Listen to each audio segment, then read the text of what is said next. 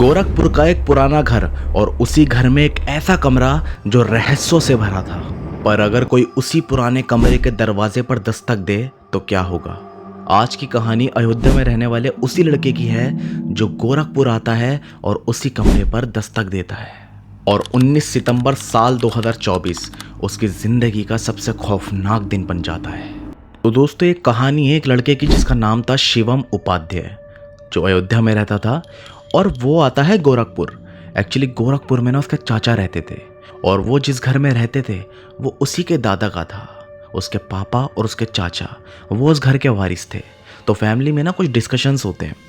अब डिसाइड ये होता है कि शिवम वहाँ पे जाएगा, उस प्रॉपर्टी को देखेगा, क्योंकि वो प्रॉपर्टी उनको सेल आउट करनी थी, बेचनी थी, क्योंकि उसमें उनको उनका हिस्सा चाहिए था, क्योंकि वो प्रॉपर्टी उनके दादा की थी। अब शिवम गोरखपुर के लिए निकल जाता है। अब जब वो गोरखपुर आता है ना तो देखता है कि उसके चाचा चाची उनकी फैमिली उसी घर में रह रहे होते हैं और वो मकान काफ़ी बड़ा होता है।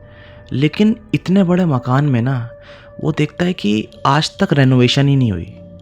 मतलब वही कच्चा मकान, टूटे दरवाजे, जैसे उस प्रॉपर्टी में ना कोई पैसा ही ना लगाना चाहता हो। और उसके चाचा भी उसी घर में रह रहे हैं उसी वक्त पर। अब वो घर के अंदर एंटर होता है, सारा घर चेकआउट करता है तो वो देखता है कि उस घर में ना एक कमरा है, एक कमरा जो उस घर का सबसे बड़ा कमरा है। लेकिन उस कमरे को कोई यूज़ नहीं करता, बिल्कुल बंद कमरा है। वो उस कमरे के पास ही खड़ा होता है और उस कमरे के ना गेट पे ना एक बहुत ही अजीब चीज़ देखता है। वो देखता है कि बड़ा सा दरवाज़ा लगा हुआ है और लकड़ी का दरवाज़ा है वो, और उसको ना 5-6 तालों से बंद कर रखा है। मतलब 5-6 लॉक लगे हुए हैं उस पर। और देखता है वो उस पे ना लाल धागे, सिंदूर, कुछ काले सफ़ेद कपड़े बंधे होते हैं। ऐसे कुछ अजीब सी चीज़ें देखता है वो, जैसे उस गेट को ना धार्मिक तरीके से बंद कर दिया गया हो। वो उसी को देख रहा होता है, उसी के बारे में सोच रहा होता है। पीछे से ना उसके चाचा आते हैं जो वहाँ पे रह रहे थे और एकदम से बोलते हैं, कहते हैं, अरे शिवम, इस कमरे को मत खोलना, इस कमरे में अंदर जाने की मत सोचना, ये कमरा ठीक नहीं है, इस कमरे में कुछ अलग है, कुछ ठीक नहीं है, हम भी इसको नहीं खोलते। तुम्हारे दादाजी ने इस कमरे को खोलने से सख्त मना किया था। शिवम उनकी शक्ल देखने लगता है, कहता है, पूरे घर में सब रह रहे हैं और एक अकेला ये कमरा बंद है, क्यों, इसके पीछे की वजह क्या है? यही सब बातें चल रही होती हैं। पीछे से ना उसकी चाची आती है, कहती है, शिवम बेटा, इस कमरे को खोलने की ना किसी ने कोशिश करी थी और तभी, सिर्फ इतना ही बोलती है। इतने में उसका चाचा रोक देते हैं, कहते हैं कि चुप हो जाओ, उसके बारे में बात मत करो, मैंने तुमसे कहा था ना कि इसके बारे में कभी बात मत करना, बिल्कुल चुप हो जाओ, बिल्कुल चुप। शिवम का हाथ पकड़ते हैं और वहाँ से ले जाते हैं। अब शिवम उनसे बोलता है, कहता है, हम इस प्रॉपर्टी को सेल करेंगे, कोई भी आएगा वो पूरा घर चेकआउट करेगा तो ऑब्वियसली वो इस कमरे को भी खोलेगा। उसके चाचा कहते हैं, नहीं नहीं नहीं, ये कमरा नहीं, ये पूरी प्रॉपर्टी को हम सेल कर देंगे, लेकिन ये एरिया हम सेल नहीं करेंगे, ये हम अपने अंडर ही रखेंगे, चाहे हमें इसके पैसे ना मिलें, लेकिन ये कमरा खुलना नहीं चाहिए। तुम्हारे दादाजी जब इस दुनिया में थे ना तो अपने मरने से पहले वो बोल के गए थे कि इस कमरे को कभी खोलना मत, कभी भी मत खोलना। अब शिवम ना थोड़ा कंफ्यूज हो जाता है। उसके दिमाग में एक बात चल रही होती है। वो सोचता है, यार कहीं ऐसा तो नहीं है कि ये प्रॉपर्टी में ज़्यादा हिस्सा चाहते हो, ये मेरे को डरा के या ऐसी बातें करके बहकाना चाहते हो कि ये प्रॉपर्टी हम पूरी सेल ना करें, इसका कुछ हिस्सा छोड़ दें और बाद में वो हिस्सा चाचा जी ले लें। उसके दिमाग में ना ये सब ख्याल आ रहे होते हैं। तभी वो ये सब चीज़ें सोच रहा होता है, रात में सो रहा होता है। नेक्स्ट डे मॉर्निंग में वो गोरखपुर में ही गाँव में आसपास घूम रहा होता है। तभी गाँव के ना कुछ लोग मिलते हैं उसको। वो उनसे पूछता है, कहता है, ये घर जो है ये मेरे दादाजी का था। वो कहते हैं, तुम्हारे दादाजी का? वो कहते हैं, हाँ हाँ, मेरे दादाजी का। तो उसके जो दादाजी थे वो उस गांव में बहुत ही मशहूर पंडित थे, बहुत ही ज़्यादा, सभी लोग उनके पास आते थे। तो उनका नाम लेते हैं, कहते हैं, अच्छा तुम स्वामी नारायण जी के पोते हो क्या? वो कहता है, हाँ मैं उन्हीं का पोता हूँ।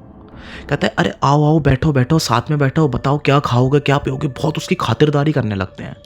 वो कहता है कि नहीं नहीं, इसकी कोई ज़रूरत नहीं है, मैं एक चीज़ पूछना चाहता हूँ कि ये जो प्रॉपर्टी है ना, ये मेरे दादा की थी और हम इसको बेचना चाहते हैं, इसमें कुछ अजीब है क्या? इस घर में एक कमरा है वो बंद है, मेरे चाचा जी बोल रहे हैं कि हम उसको नहीं बेचेंगे, इसमें कुछ खौफनाक है, कुछ ठीक नहीं है इसमें। अब वहाँ पे वो ये सारी बातें कर रहा होता है, वहाँ पे कुछ गाँव के पुराने लोग भी होते हैं। वो कहते हैं बेटा तुम्हारा नाम क्या है? वो कहता है मेरा नाम शिवम है। कहता है शिवम बेटा, तुम्हारे जो दादाजी थे ना, वो इस गांव में एक बहुत ही ज़्यादा मशहूर पंडित थे और उनके पास ना लोग अपना इलाज कराने आते थे। भूत प्रेत आत्माएं ऐसी चीज़ें जो लोगों पे हावी हो जाती थी ना, वो उनका इलाज करते थे। और तभी एक दिन तुम्हारे दादा स्वामी नारायण जी वो किसी का इलाज कर रहे थे और उनके पास ना एक लेडी आई थी जो पोजेस्ड थी, बिल्कुल अजीब अजीब से हरकतें कर रही थी, चिल्ला रही थी और उसके अंदर एक आदमी की आवाज़ निकल रही थी जैसे किसी और की आत्मा ही उसके अंदर घुस गई हो। और वो ठीक होने तुम्हारे दादाजी के पास आई थी और उनका ना एक रूल था, वो किसी का भी इलाज करते थे ना वो अपने ही कमरे में करते थे। तभी शिवम बोलता है वो जो बंद कमरा पड़ा है वो दादाजी का ही था क्या? कहते हैं हाँ हाँ हाँ, वो कमरा तुम्हारे दादाजी का ही था और उसी के अंदर बुला के वो सबका इलाज करते थे। वो कहता है अच्छा फिर क्या हुआ, फिर क्या हुआ? वो बताते हैं कि वो लेडी आई ना तो उस दिन तुम्हारे दादा ने अपनी जान पर खेल कर उस औरत को बचाया था। और पता है बाद में उनका ये कहना था कि आज तक मैं इतनी भयानक प्रेत आत्मा से नहीं मिला हूँ, इसको काबू करना बहुत मुश्किल था। आज मैंने मौत से सामना किया है, आज मैं मरते मरते बचा हूँ और आज अगर मैं उसको कैद नहीं करता तो शायद आज के बाद वो मुझे छोड़ती ही नहीं। और इन्हीं सब सिचुएशंस के अंदर उसके दादा ने उस एंटिटी को उस कमरे में कैद कर दिया था। और तुम्हारे दादाजी का ना हमेशा से यही कहना था उस कमरे को खोलना मत। और जब से आज तक वो कमरा किसी ने भी नहीं खोला। और गांव के कुछ लोगों का तो ये भी कहना है कई बार उस कमरे में से रात को चीखने की, चिल्लाने की, दरवाज़ा खड़खड़ाने की आवाज़ आती है। अब शिवम यही सब बातें सुन रहा होता है, वो उनकी बातें सुन के खामोश घर की तरफ लौट रहा होता है। कहीं ना उसको भी यकीन हो गया होता है कि कुछ ठीक नहीं है इस घर में, कुछ ठीक नहीं है, शायद चाचा जी सही कह रहे हैं। लेकिन तभी घर आते वक्त ना रास्ते में ना उसको एक आदमी मिलता है। कहता है जब तुम उनसे बातें कर रहे थे ना मैं तुम्हारी सारी बातें सुन रहा था और तुम्हें पता है मेरे दादाजी और तुम्हारे दादा बहुत अच्छे दोस्त थे। ये तो गांव में अफवाह थी तुम्हारे दादाजी को बदनाम करने के लिए ताकि इस प्रॉपर्टी को कोई बेच ना पाए। मैं दावे से कह सकता हूँ उस कमरे में कुछ भी नहीं है, तुम जाना उस कमरे को खोल देना, कुछ भी नहीं होता। तुम्हारे चाचा जी ना बहुत लालची आदमी हैं और उनके मुंह से तो मैंने पहले भी ये बात सुनी है कि वो अपने भाई को कोई हिस्सा नहीं देना चाहते, मतलब तुम्हारे पापा को। तुम एक काम करना, जाना और खोल देना, कुछ भी नहीं होगा।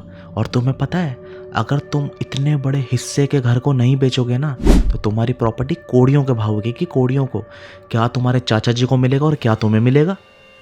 ये बात सुन के ना वो थोड़ा आग बबूला सा हो जाता है, थोड़ा गुस्सा हो जाता है, वो कंफ्यूज रहता है कि यार कौन सच बोल रहा है कौन झूठ बोल रहा है।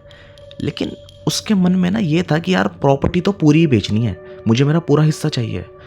रात को लेटा लेटा वो यही सब सोच रहा होता है। तभी वो डिसाइड करता है यार उस कमरे में जाऊंगा, मैं उस कमरे में जाके रहूंगा, देखता हूँ क्या होता है। और रात को 2-2:30 बजे जब घर में सब सो रहे हैं उस वक्त पर वो उस कमरे की तरफ चला जाता है, उसी कमरे की तरफ। अब वहाँ पे वो देखता है ताले वाले लगे होते हैं सारे। वो क्या करता है जैसे तैसे उन तालों को खोलता है, उन धागे जो बंधे होते हैं, कपड़े सारे सब काट देता है, सब कुछ बिल्कुल बर्बाद कर देता है जो भी उस पर लगा होता है। और एंड में आखिरी कुंडी को खोल के उस दरवाजे को वो पूरा खोल देता है।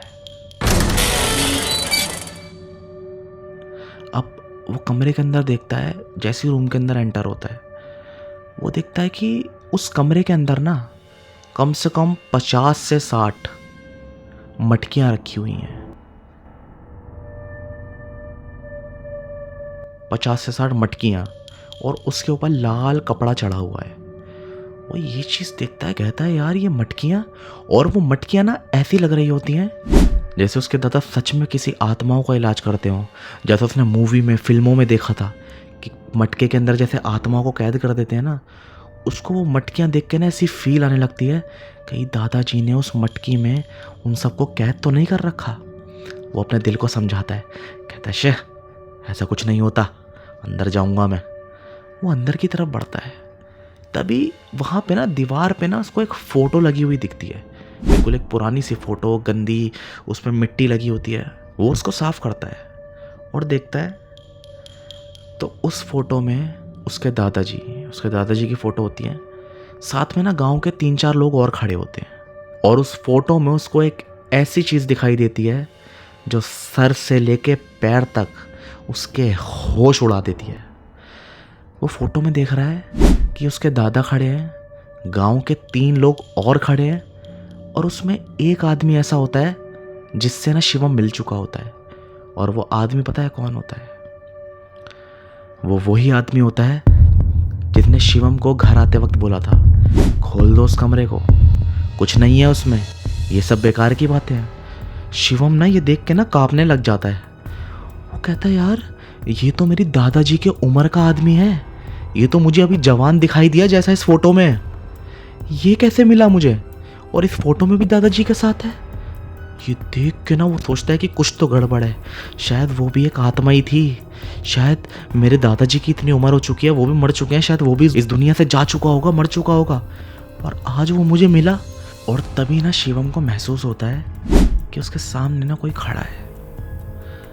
कुछ स्ट्रक्चर ना उसको दिखता है बहुत अजीब सा, जो क्लियरली विजिबल नहीं होता, लेकिन शिवम को ये चीज़ दिखती है कि उसके सामने ना कोई खड़ा है और शिवम बिल्कुल बेहोश हो जाता है, बिल्कुल बेहोश। नेक्स्ट डे उसके चाचा चाची सब उसके घर में उठते हैं, देखते हैं कि उस रूम का गेट खुला हुआ है, वो धागे वागे सब टूटे हुए हैं, ताले टूटे हुए हैं। उसके चाचा चिल्लाते हैं, अरे सुनो, अनर्थ हो गया, ये दरवाज़ा किसी ने खोल दिया। वो कहते हैं शिवम कहाँ है, शिवम कहाँ है? पूरे घर में शिवम को ढूंढते हैं, शिवम नहीं मिलता। उसकी चाची कहती हैं कहीं शिवम अंदर तो नहीं चला गया, उसकी जान को खतरा है, अंदर जाके देखो कहीं शिवम तो नहीं है। उसके चाचा उस कमरे के बाहर से अंदर झाँक रहे होते हैं और देख रहे होते हैं कहीं शिवम तो नहीं है। अब उस कमरे में ना एक पुराना सा बेड रखा होता है उसके दादाजी का टाइम का, और उस बेड पे ही ना एक लड़का बैठा होता है, मुंह नीचे करके खामोश चुपचाप, और यूं हिल रहा होता है। वो शिवम होता है, वो लड़का शिवम होता है। शायद शिवम भी इस टाइम पे पोजेस्ड हो चुका था, कोई आत्मा, कोई प्रेत आत्मा उसके अंदर आ चुकी थी। शिवम ऐसे बिहेव कर रहा था। वो आवाज़ मारते हैं, शिवम, शिवम, बेटा शिवम। शिवम कुछ नहीं बोलता। वो फिर से बोलते हैं, शिवम बेटा बाहर आओ, तुम अंदर क्यों बैठे हो, तुमसे बोला था ना यहाँ मत आना। शिवम धीरे से अपना चेहरा उसकी तरफ उठाता है और उस वक्त उसका चेहरा ऐसा होता है ना जैसे उसकी आंखों में ना बहुत गहरा सा कुछ कालापन होता है। उसका चेहरा जैसा ठंडा पड़ गया हो, बहुत अजीब ही क्रीपी सा उसका फेस लग रहा होता है।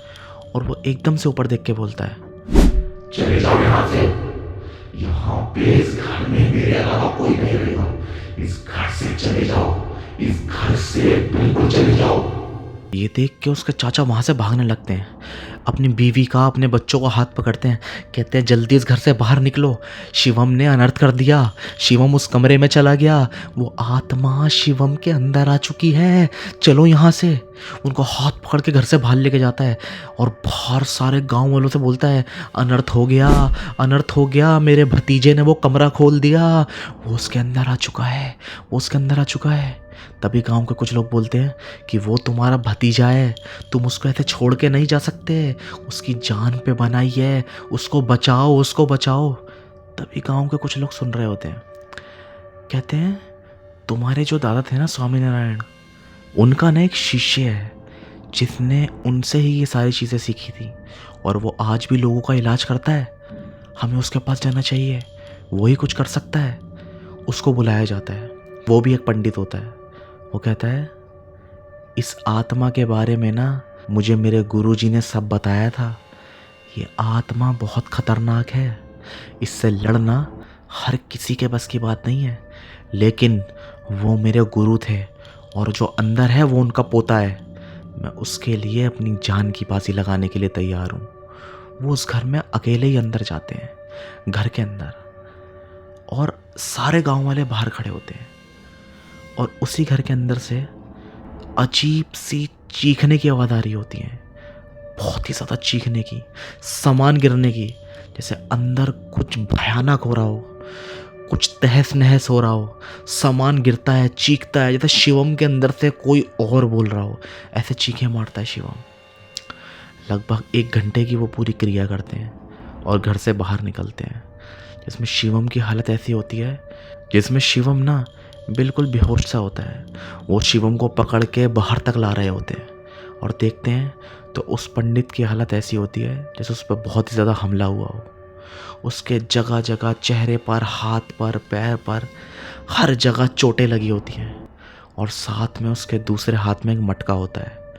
उस मटके को देता है, कहता है उस प्रेत आत्मा को ना मैंने इस मटके के अंदर बंद कर दिया है और अब ये मटका वापस खोलना नहीं चाहिए। इस मटके को अपनी जान से भी ज़्यादा हिफाजत करके रखना, वरना ये किसी को नहीं छोड़ेगा, ये किसी को भी नहीं छोड़ेगा। शिवम को होश आता है थोड़ी देर बाद। शिवम नॉर्मल होता है।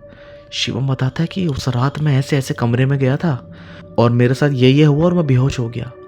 उसके बाद से मुझे कुछ याद भी नहीं है मेरे साथ क्या हुआ, कुछ भी याद नहीं है।